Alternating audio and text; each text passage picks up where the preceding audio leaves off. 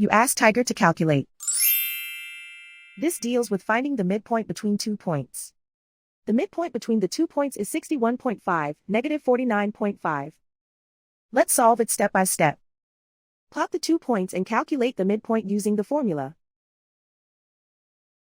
The coordinates of point 1 are, x1 equals 54, y1 equals negative 67. The coordinates of point 2 are, x2 equals 69, y2 equals negative 32. PM represents the midpoint of the 2 points.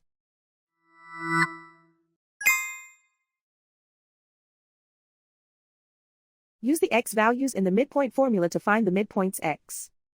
x1 equals 54. x2 equals 69.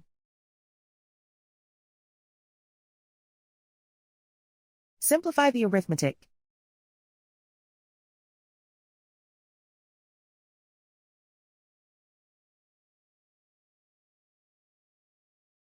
Use the y values in the midpoint formula to find the midpoints y.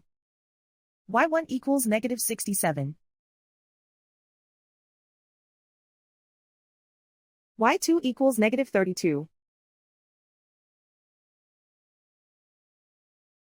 Simplify the arithmetic.